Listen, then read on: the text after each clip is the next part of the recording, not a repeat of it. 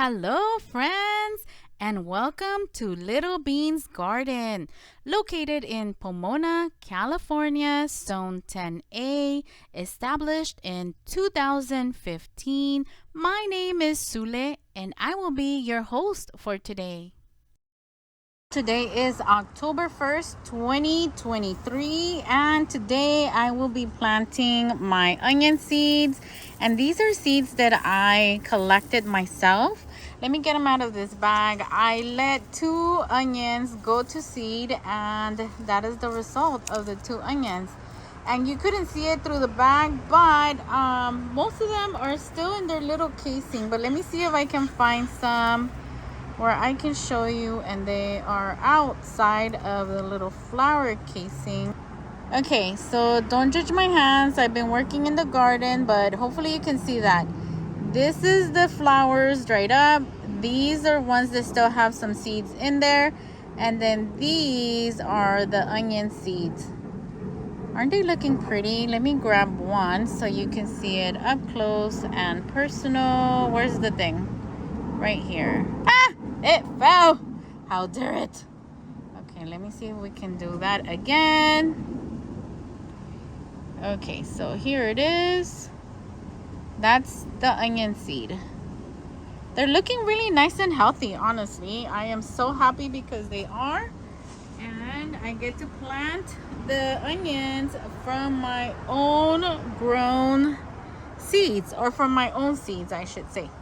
Let me bring you up close. We'll do about 2 together. You know the drill. Okay, friends, we're going to do these 2 together, and I am going to be adding 2 seeds per little seed cell. Okay, so here's 1. There's the drop. Here's the second one. Here's 1, and here's the second one. All right, so let's do the other one. And I'm doing the same thing. I will be doing 2 seeds. Here's the drop for 1, and here's the drop for the second one. Here's 1, and here's the second one. All right, let me get the rest done, and I will bring you right back. And I'm not sure if you can see, but all 7 of my rows have 2 little seeds in them. There's some, let me see. Okay, there's some soil. Well, it's not soil, it's potting mix. There's some potting mix on top already of these little seed cells. So I'm just gonna move that along and semi-cover it, but I'll come back a second time and add more potting mix so that they are fully covered. Okay, so then we're adding more potting mix, and we're not adding a lot because we don't want to cover them too much and then they will sink to the bottom and then rot. We don't want that. So we're just gonna be adding a little bit more on top, just enough that the seeds are covered completely. And that's all there is to it, friends. That's it. That's all we're going to do to them. And for this tray, I am not going to top water it. I am going to bottom water it later, which means I will add the water here that will be wicked up through the little holes you see there at the bottom, and maintaining the seeds and the potting soil moist so that they can grow and produce for me. All right, the last thing we're going to do is put our plant label. You think you're going to remember, and you don't. Oops, I'm missing the S right there. Hold on. Okay, here we go. It's all fixed, and I am going to put that here at the beginning of our seed tray. Okay? All right, so once they come up, I will show you how they're doing once they have sprouted. All right, see you later. Today is October 11, 2023, and this is how the Early Texas Grano Onion is doing. And if you remember, these are from seeds that I harvested in my garden. So they are my own harvested seeds from my garden, my environment, my city. and my growing zone, and they are doing absolutely fabulous. They look amazingly healthy, and just check this out. They're just so beautiful, and they're small, but they're beautiful. Today is January 31st, 2024, and I want to give you a little update on the Early Texas Grano. And I think we can start over here. They are doing pretty good. They are looking nice and healthy and green. They are doing really good, especially this one. I'm not sure why this one is doing extremely good. I don't know if you can see that, but has a little bulb already. And there's some more over here, so they're doing really good. I just wanted to give you a little update. Today is February 13, 2024. Today I am going to feed my Early Texas Grano Onions, and I wanted to bring you guys along. So the first thing we're going to do is we are going to give them some tomato and vegetable food fertilizer. I should say fertilizer. So I'm just gonna take about a handful and drop some in each of the pots. That is the one I'm going to be using as the tomato and vegetable fertilizer.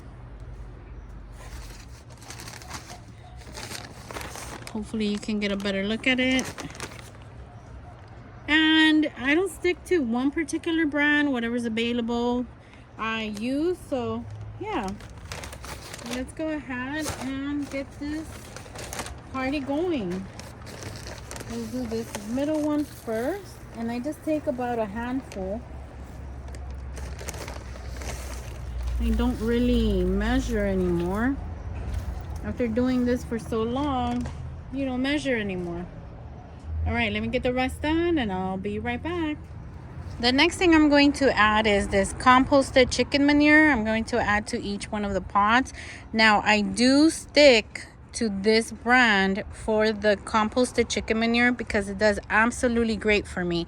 So whatever's not broken, I'm not going to try to change it. All right, let's go ahead and add the chicken manure.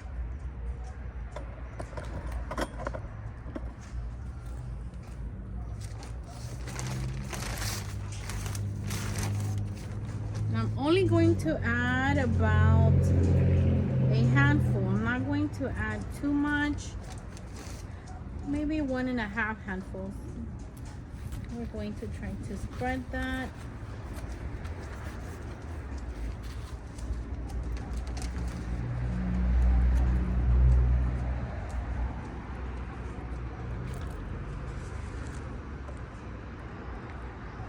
All right, let's do this one together as well. So 2 handfuls, and I just mix it in, especially because I have my naughty little Bruce watching everything I do, and he loves to eat what he's not supposed to.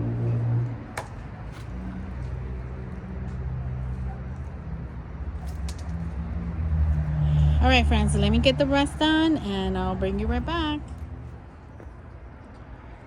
And that's it for today, guys. I will keep you posted on the growth of my Early Texas Grano Onions.